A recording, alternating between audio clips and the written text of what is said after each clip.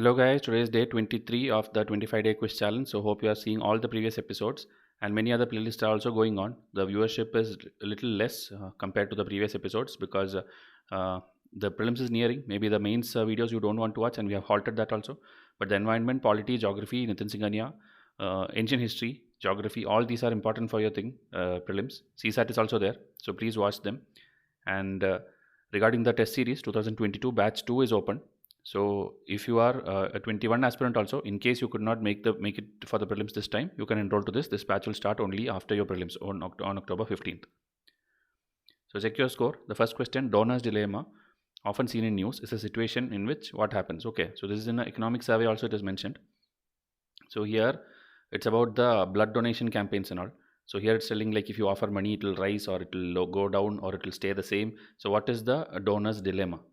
So here the answer is when you offer monetary incentive for the donation of human blood, it causes a fall in the actual number of donation. Okay, because many people out of their own interest or out of their own wish, they'll be coming and doing this. But now when it is like money is being offered and people are all going for money's sake, then some people will withdraw from it. Okay, so the number of donation will go down. So this is called donor's dilemma. Okay, but there are some people who are telling like even though such people may reduce, there will be many other people who will come forward because they are seeing the money. Okay, so overall net the number of people will increase. That is what the critics are telling of this. Now the Treaty of Asuncion is closely related to. So this is a South American thing. So South American body, it is Mcqs. Okay. So 1991 there was a treaty. Okay, before that itself, Argentina and Brazil are the most like biggest countries there. They both were trying a lot of things from 1960s, 80s, and all. A lot of other Latin American agreements were there. After that, four countries came together: Argentina, Brazil, Paraguay, and Uruguay. They came together and made this thing. Okay, on March 26th they made this thing. So later Venezuela was also there, but Venezuela is now suspended because of certain issues there. 2016 I think it was suspended. So totally it is considered four countries. 5 countries it was there, but now it is 4 countries. Okay, and more details in different MCQs and international body test we have already shared. Now Grama Bojika. Okay, Grama Bojika in ancient Indian society. What are the features? So this one actually all of them are true. So to teach you that one you have put it here. In the northern India, the village headman was known as the Gram Bojika. Usually men from the same family held the position for generations. The Gram Bojika was often the largest landowner. Generally he had slaves and hired workers to cultivate the land. The king often used him to collect taxes from the village. He also functioned as a judge and sometimes as a policeman. So he has multiple roles. It's a hereditary post kind of thing. Largest landowner, village headman, king used him, he used slaves. Then a lot of such things. So almost every kind of feature it's like understandable. So when UPSC asks any statement, everything will be true. Which are the following? Oh, so sorry. This is the answer. Now these are again GK questions picked up from this India year book only, nothing important. Saudi Arabian desert are generally sandy kind of deserts. Iranian deserts are generally rocky kind of deserts. And they both are like one of the biggest rivals in the Middle East also. So one is a Sunni country and one is a Shia country. So all of these are again true. It's pure GK question. Which of the following are true about World Sustainable Development Summit? This is a annual flagship event of OECD. This is wrong because there is a body called the Energy Resource Institute, TERI. They are the ones who is the host of this. And 2020 India is hosting it first time. That is also wrong. So here answer will be neither 1 nor 2. So earlier you should know there was a Delhi Sustainable Development Summit, okay, which was conducted by this TERI in 2001. Then to continue that legacy, it is now expanded and it is now World Sustainable Development Summit. Okay, so a long journey of 19-20 years it is there.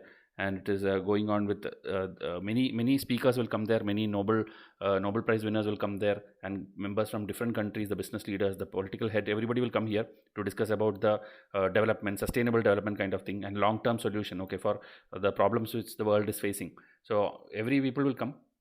India, is the third largest energy consumer after USA and China, and these are the themes of the last 3 years of the summits. And why theme I have given? Because once UPSC asked the theme also, okay, of a particular habitat agenda or something was there and the theme was asked, okay. And in 2020, if you know, the summit happened. So that is why it is in news. And here 2-3 important things. This TERI body has many other things also which they do. Okay, with United Nations Corporation, they have this Seed India Hub. Okay, many people are there, IUCN and UNEP, all people are there in that. So Seed India Hub is also related to TERI.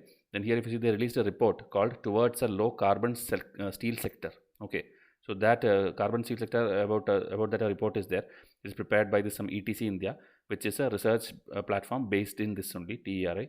Then again, if you see, along with Swiss Development Agency, Swiss Agency for Development, they have launched this Clean Air project. Okay, so now any of this comes in UPSC, you should know TERA is linked to it. Okay, this Clean Air project with Swiss Agency of Development, this Seed India with the United Nations and IUCN, then they have a carbon steel report. Then here again, if you see, this will again work towards the National Clean Air program, which India already has. So this will contribute to that, okay, supporting that. National Integration Tour. This again is a India Yearbook question. National Integration Tour is something which is organized by the Indian Army. Okay, you know, Indian Army does a lot of things to integrate the people in different places, especially in Jammu and Kashmir and Northeast and all. So this is again for the youth of those sides only, Kashmir and Northeast, so that they'll come together. It's like an outreach program. Okay, so everyone will be grouped together. They'll see the heritage of the country. They'll participate in developmental activities. Even some employment opportunities and career options are given to them. So just making them integrate together. So that is National Integration Tour by Indian Army. Which of the following is false about Kalamsat? It's a 3.8 centimeter cube satellite of femto category. This is true. It's a small nano kind of thing. Then its structure is fully 3D printed with reinforced carbon fiber polymer. That is also true. It is a 64-gram microsatellite. That's also true. It is launched by ISRO. This is wrong. Okay, even though it's an Indian satellite, a Tamil Nadu youth person has done this in his team, and it was given the name after Abdul Kalam. It was in news that time, a lot in social media and all. But it was launched by NASA. Okay, yeah, along with there some other satellites and all. This my microsatellite was also sent out. Okay, so here the person's name Rifat Shahrukh is given here. So NASA did it, and a lot of prize money, and it was selected, okay, by the American Space Agency for its unique work. Okay. Now, majority of the Ramleelas performed in Ramayana is based on episodes from. So this question itself is a learning for you, because there are authors and books given. Valmiki's Ramayana, Tulsidas Ramacharita Sandhyakar Nandi's Ramacharita, and Kambar's Kamba Ramayana, which is also called Ramavatara. Okay, so this all these are actually correct only. These are the authors and books, but which one, based on which one is majority of the Ramleelas performed? Okay, so here answer is Tulsidas Ramacharita. So about him the detail is given. About everyone I'll give you all the 4 options. I'll give you the timeline, because timeline is more important. First thing you have to know is 1532. Okay, that means the 16th century, 17th century time he was living. Okay, and he is sometimes considered as the incarnation, like the, we will tell, the Punarjanam kind of thing of this Valmiki. Okay, Valmiki, who wrote the original Ramayana in 500 BC or 400 BC, that time. Then this Tulsidas is considered like a incarnation of himself, again coming back in Kali Yuga and again writing the book. Okay, such beliefs are there among people. Then here, if you see, Tulsidas wrote several popular works in Sanskrit and Awadhi. He is known as the author of this epic Ramacharita, a retelling of the Sanskrit Ramayana. Okay, because he told it in vernacular Awadhi dialect of Hindi. Okay, but the original was in Sanskrit. Then again, as I told this, incarnation is there, and then Hanuman Chalisa also, sometimes people tell it is like he is the one who wrote it, and many things related to Hanuman is there. Okay, if you see here, this Sankat Mochan temple dedicated to Hanuman in Varanasi, that's also like he started it. In the Ramleela play also, it's told he started it. So like that, he is linked to this Ramayana thing, and now because this Ram and all these things are in news, Tulsidas is not yet asked by UPSC in detail, so maybe they can ask. Okay, so please read this, pause and read this. More details are there in the next page. I'll show you about all these persons. Okay, so here if you see, he was acclaimed as one of the greatest poet in Hindi, Indian and world literature. And again, if you see Ganga, we have that Tulsi Ghat and all, that is all named after him. Then Valmiki, as I told, 500 BC to 1st century BC. There is no proper timeline for the Ramayana, so that keeps varying. So around that time, this much slokas were there, this much these things are there. So it's a very big epic, you know. Okay, and it's like considered 4 times than the length of this Iliad, which is a Greek epic. It's 4 times bigger than that. Okay, and quarter of the length of Mahabharata it is.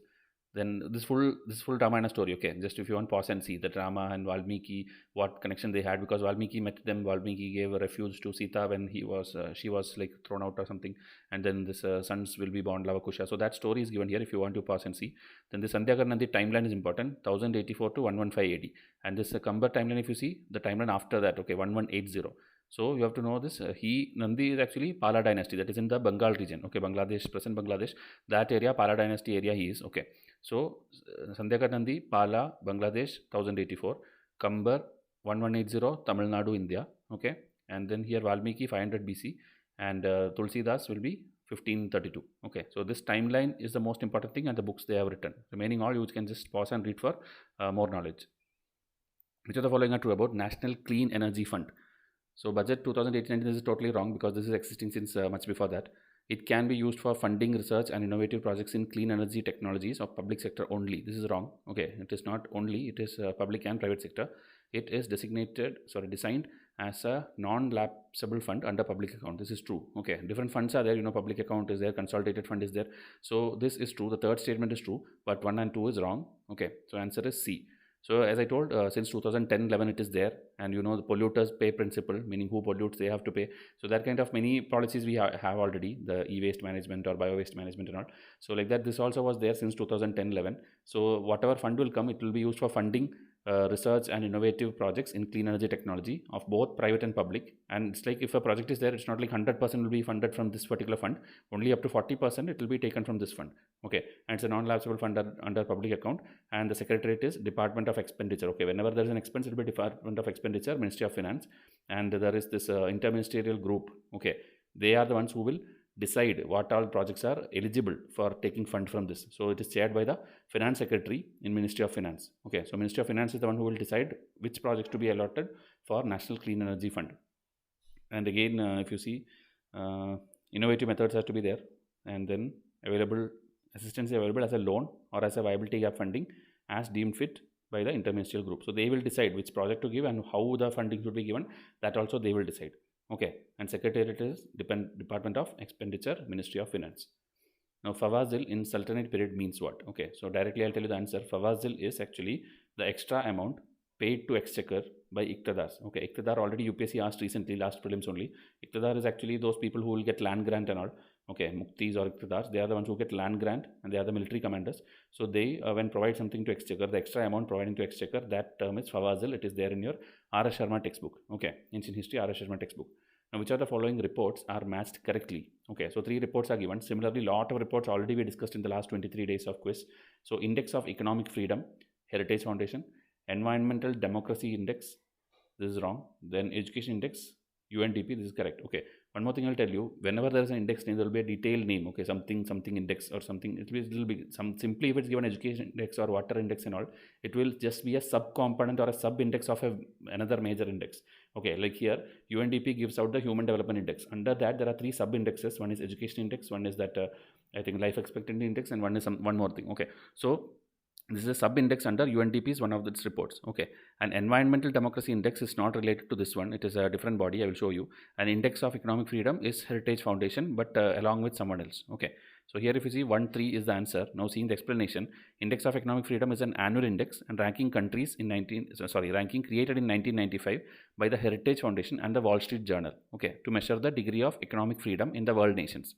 That is it about that. Now, environmental democracy. Here if you see, developed by the Access Initiative along with World Resource Institute. About World Institute already, I think we showed MCQ. So World Resource Institute and the Access Initiative, they together form the environmental democracy. Okay, and lot of indicators are there. You can see 70 countries are there, 24 indicators are there. Even United Nations, UNEP related guidelines, some standards they follow. These are very minute details about that. So all these things will take into consideration and they will give the countries ranking. Okay, environmental democracy index. So that basic detailing, I don't think they will ask it, but just given you for your information. Okay, and then United Nations publishes the Human Development Index every year, which consists of the Education Index, GDP Index, and Life Expectancy Index.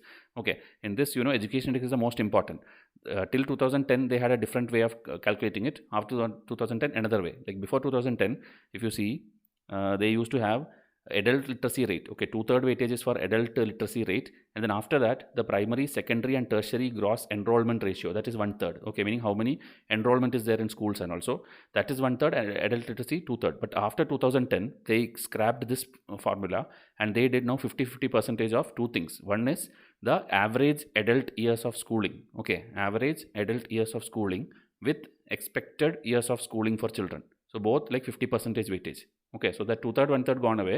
Now it is average adult schooling and expected schooling of children. Okay, so education is a major component and it is the measure of economic development and etc. etc. So it is there for all the countries. So determining whether it is a developed or developing or underdeveloped, it will tell you. So these are the 3 reports learned in this particular question.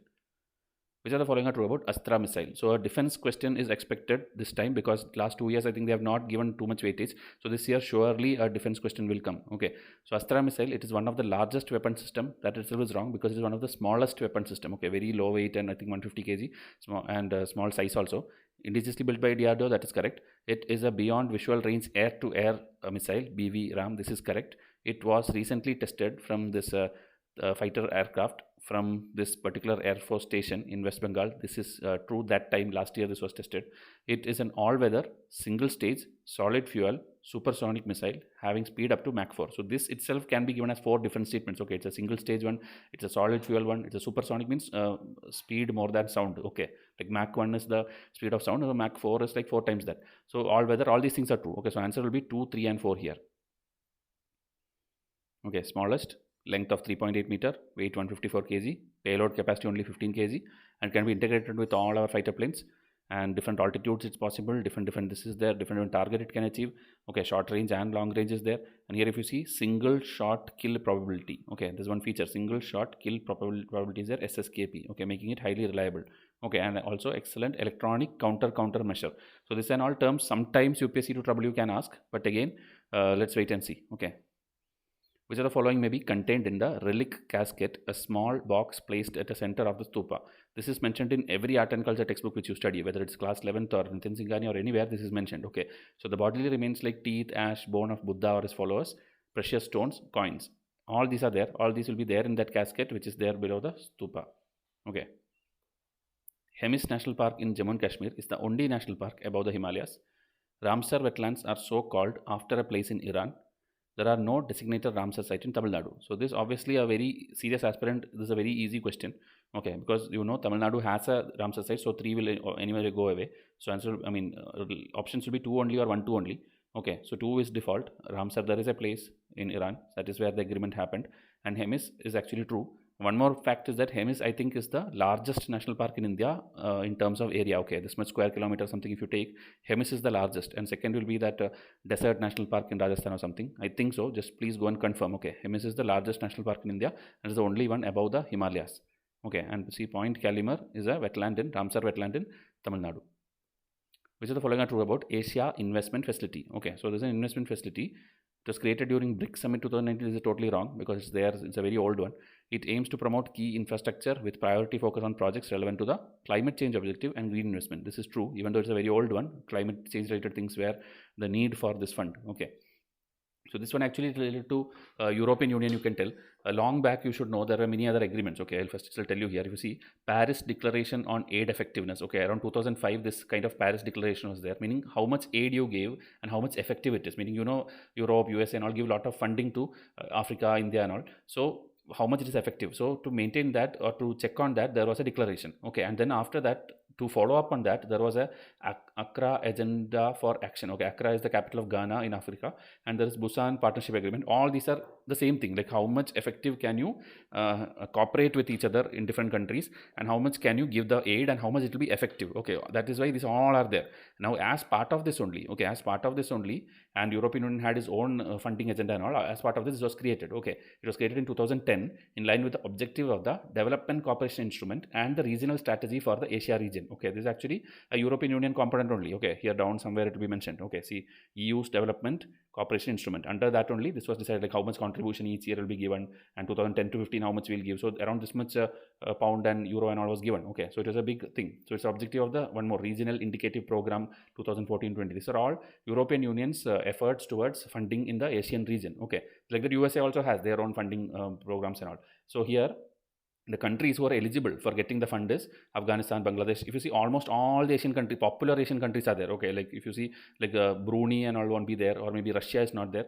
Except Russia, all the popular if you know South Asian countries, okay, all of them are there. Okay, and it can also, if suppose there is a regional thing, like suppose India and Vietnam is doing something together, for that also they can fund a regional group kind of thing also they can fund. So this is about the Asia Investment Facility, whose aim is to promote additional investment and key infrastructure with a priority focus on projects relevant to climate change. Okay, for many things it's there, but priority is for climate change. Okay, again, these are, you can pause and see, just like for energy infrastructure, for environment, for green investment, transport, anything it can give. Okay, bilateral programs. Okay, and it can be through this thing, investment grant, technical assistance, risk capital, risk sharing instrument, any form also. Okay, and it will coordinate with their different banks which they have. European Financial Institution, you know there are many banks. Through that it will be done. Okay. In Indian context, program 17 for 17 was related to. Again, it's an old one. 2017 time we had a thing like 17 for 17. It's actually for education. Okay, so for building up the digital campuses, high quality education and all. In 2017, we had a 17 for 17 plan. So like this, lot of keywords are there in the news all the time. Even recently, we have in my current affair material, it will be there. These are the ones which UPSC will pick up. Okay, and that to the rarest one, which you usually prepare and go, that will not come. Most difficult one will come. So this is a education related program to develop all digital campuses and high quality education. Now Jnana Yoga, Bhakti Yoga, Raja Yoga are works of this. I think most of you will know. It is Swami Vivekananda. So he, a person born in 1863, a philosopher, poet, writer, social reformer, orator. His works, these things, dedicated to the youth of India and all. The book name itself is there, to the youth of India, and National Youth Day is celebrated on his anniversary. Okay, so that kind of basic things. More questions and more details are given in other history test. Now identify this person. Okay, this is a very like ancient history, medieval history kind of question. He is a devotee of Vishnu and regarded as the Pitamaha of Carnatic music. He was a wealthy diamond merchant from Karnataka who gave away all his material riches. He was a disciple of the celebrated Madhava philosopher Saint Vyasatirtha, formulated Carnatic music by structuring graded exercises known as the Swaravallis and Alankaras. He is noted for his Raga, Mayamalava Gaula, and Dasa Sahitya. Recently, a committee has been set up to settle claims about his birthplace. That is why he was in news. Okay. And last year, this question was expected. It did not come. So here, the answer. Okay, you should know like diamond merchants, Carnatic music, and the disciple of Vyasatirtha. So anyone you know, you will get the answer as Purandara Das. Okay.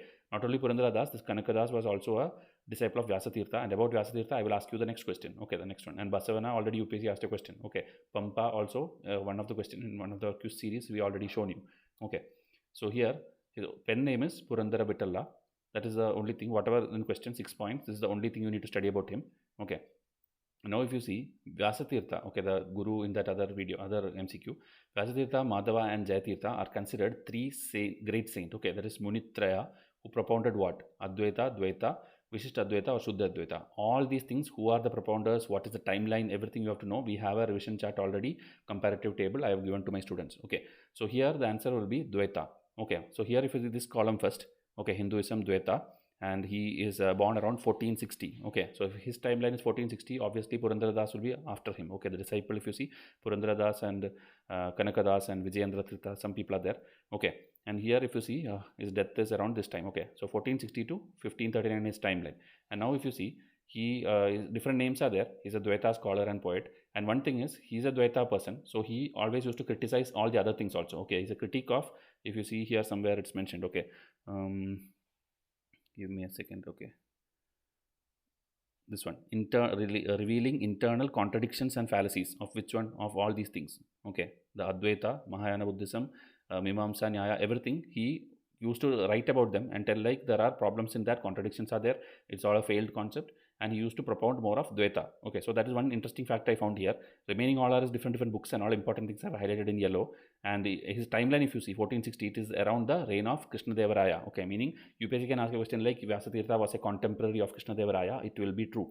Okay, so he along with this Madhava and Jayatirtha which is in question were called the Munitraya. Okay, are the three people who are propounding this Dvaita also, and then Carnatic music, Karnataka, all these are related to them. And his rival, some person is here, Appaya Dikshita.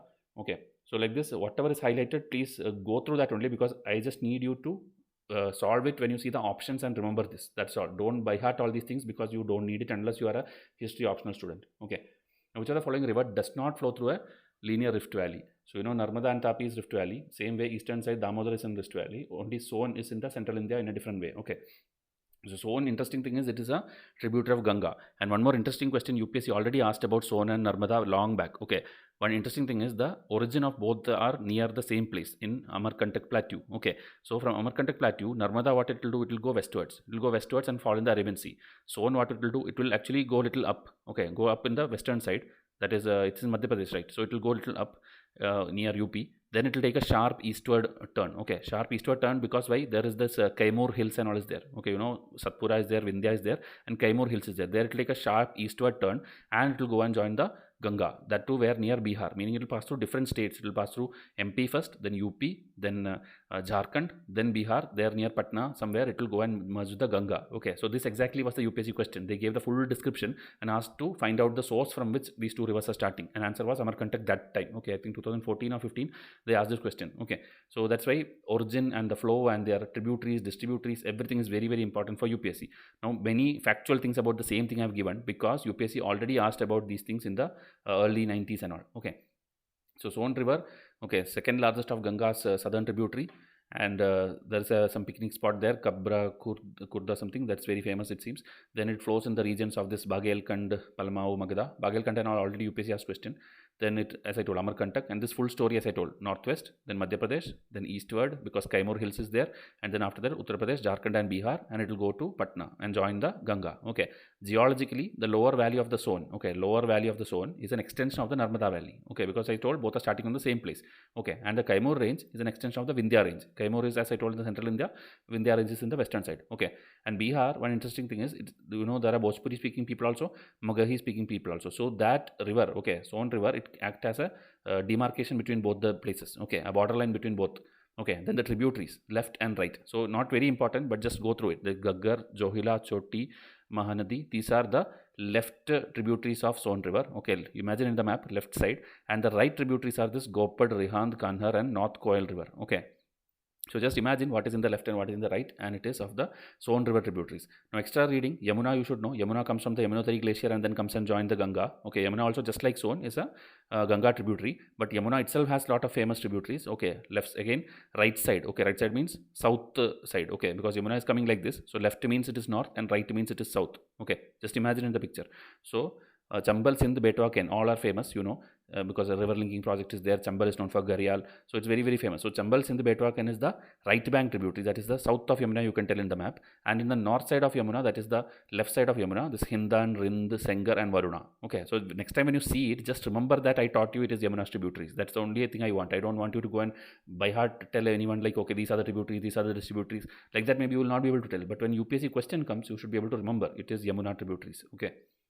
Which are the following is false about Tea Board of India? Very easy question. It was set up post-independence and is reconstituted every 3 years. It includes members from the parliament, tea traders, consumers, trade union, etc. It is a statutory body functioning under Ministry of Commerce. All these things you will feel it's kind of true only. So here it is always headed by an IAS officer. So extreme statement is wrong. Okay, it is never like always IAS officer. IAS officer also can be heading the board, but not always. Okay, so all three are true. It is set up in 1954 after independence, but origin is there. Long back India tea cess bill was there, 1903.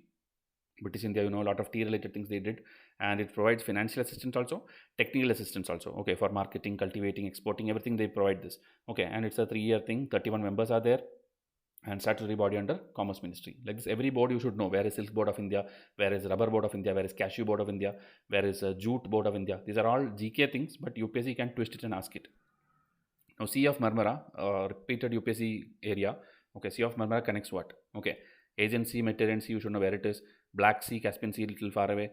Euphrates and Tigris is somewhere away. It's not near Marmara. Bosphorus and Dardanelles is the answer. So here if you see this big thing, this is called Turkey. Okay, and Turkey connects the Asian region with the European region. This is Europe, this is Asia, middle is Turkey. And Turkey, above it is Black Sea, and below is Mediterranean Sea. This is the first thing you have to study when you study the map. Okay, above is Black Sea and Mediterranean Sea. In between there is this Turkey. Ankara is the capital, and here Istanbul is the most important place. And near Istanbul only, this place is there, Sea of Marmara. Okay, this small one, Sea of Marmara. So here there is a strait, Bosphorus Strait. Here there is a strait, Dardanelles Strait. This Dardanelles Strait means just a small water opening like this. Okay, so Dardanelles Strait will open it up to the Aegean Sea, which will later go to the Mediterranean Sea. Okay, so Mediterranean Sea, Aegean Sea, Dardanelles Strait, Sea of Marmara, Bosphorus Strait, then Black Sea. So how to remember which strait is on which side? Here it is B and B. Okay, Black Sea and Bosphorus are nearby. Okay, B.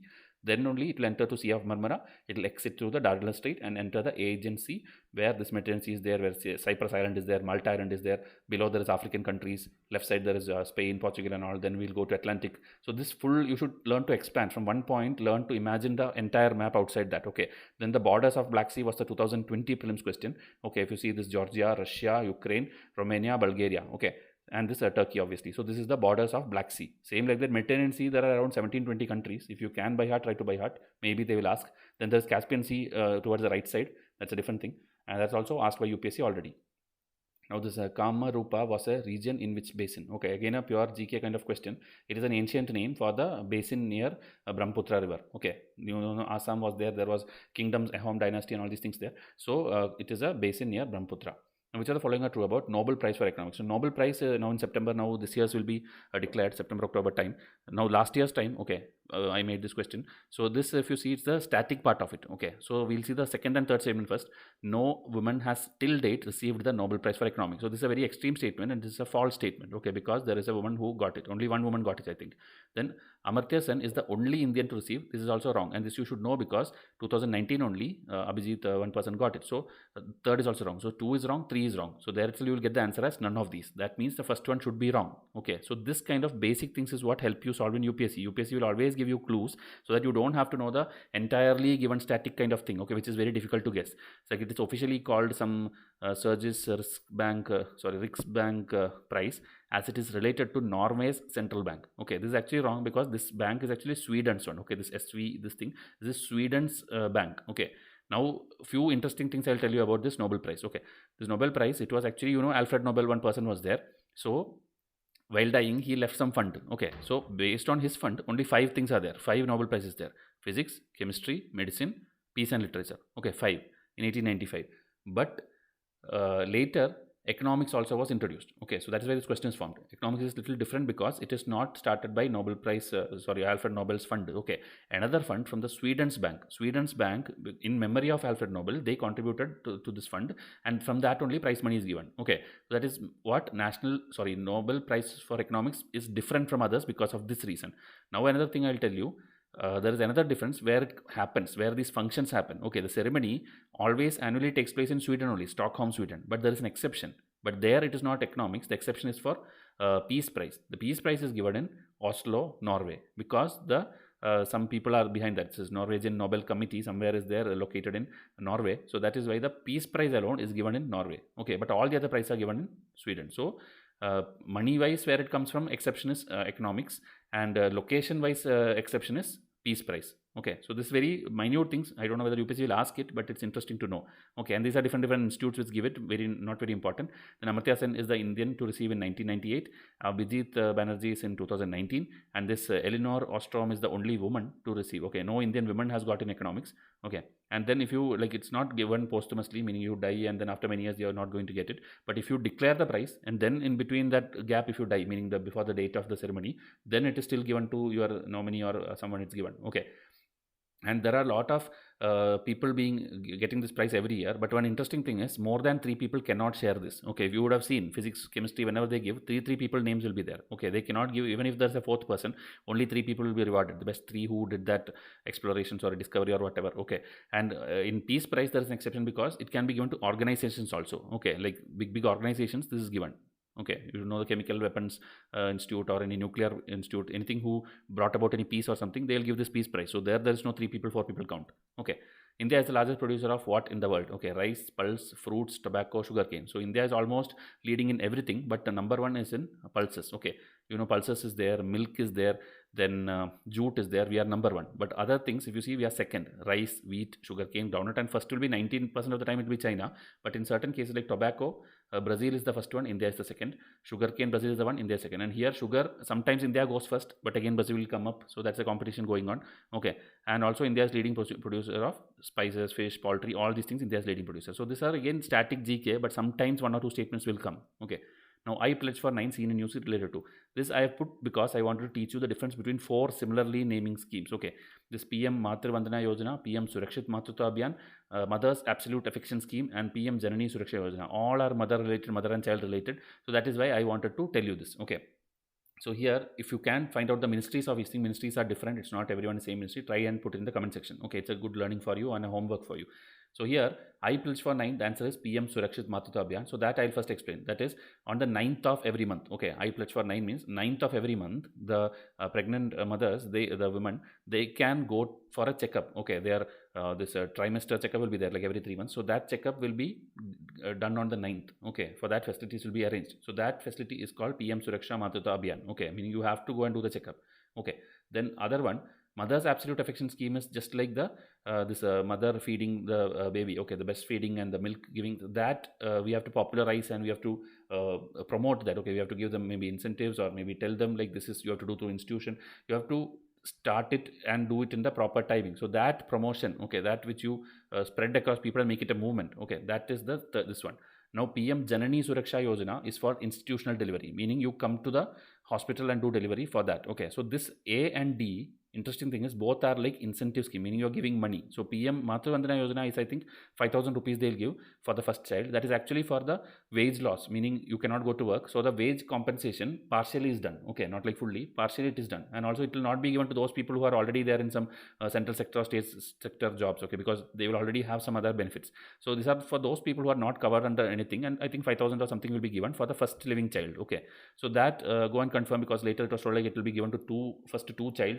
So go and confirm that. Okay, so this is 5,000 giving, and then this last one is, as I told, institutional delivery. If you do, then some 6,000 rupee cash or something is given. So this both are cash giving thing, the A and the D. And C is for this mother's milk thing, and this Surakshit Matruta Abhiyan is for 9th of the month. You go and do the checkup. So entire notes are given here, same what I explained.